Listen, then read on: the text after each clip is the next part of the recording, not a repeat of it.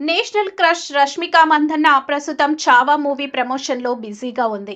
ఈ చిత్రంలో Bollywood star hero Vicky Kaushal ప్రధాన పాత్రలో నటిస్తుండగా రష్మిక మహారాణి యేసుబాయి పాత్రను పోషిస్తుంది. ఇప్పటికి విడుదలైన ట్రైలర్, పోస్టర్స్ సినిమాపై భారీ అంచనాలు పెంచాయి.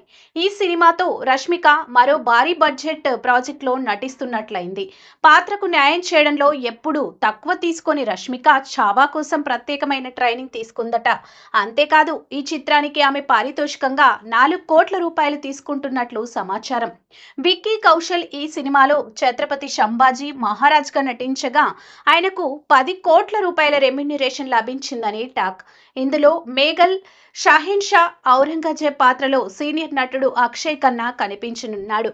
ఈ పాత్ర కోసం ఆయన 2 కోట్ల రూపాయలు తీసుకున్నట్లు ఇండస్ట్రీ టాక్. ప్రస్తుతం చావా టీం గ్రాండ్ ప్రమోషన్స్ చేస్తుంది.